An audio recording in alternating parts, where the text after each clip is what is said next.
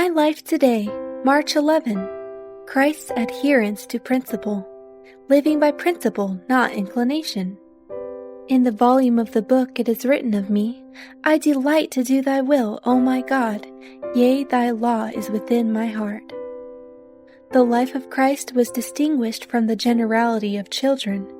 His strength of moral character and his firmness ever led him to be true to his sense of duty and to adhere to the principles of right from which no motive, however powerful, could move him. Money or pleasure, applause or censure could not purchase or flatter him to consent to a wrong action. He was strong to resist temptation, wise to discover evil, and firm to abide faithful to his convictions. The wicked and unprincipled would flatter and portray the pleasures of sinful indulgences, but his strength of principle was strong to resist the suggestions of Satan.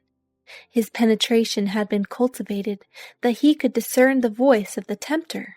He would not swerve from duty to obtain the favor of any.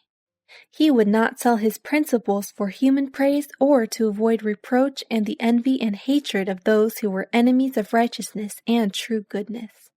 He took pleasure in discharging his obligations to his parents and to society, without yielding his principles or being contaminated with the impure influence surrounding him at Nazareth.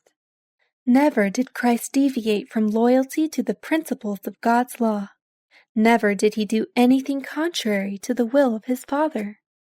Jesus does not, after giving us general directions, leave us to guess the way amid bypaths and dangerous passes. He leads us in a straight path, and while we follow him, our footsteps will not slide. Each soul must live in hourly communion with Christ, for he says, "Without me ye can do nothing."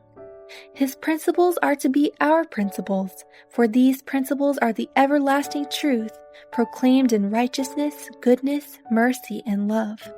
His principles are the only steadfast things our world knows.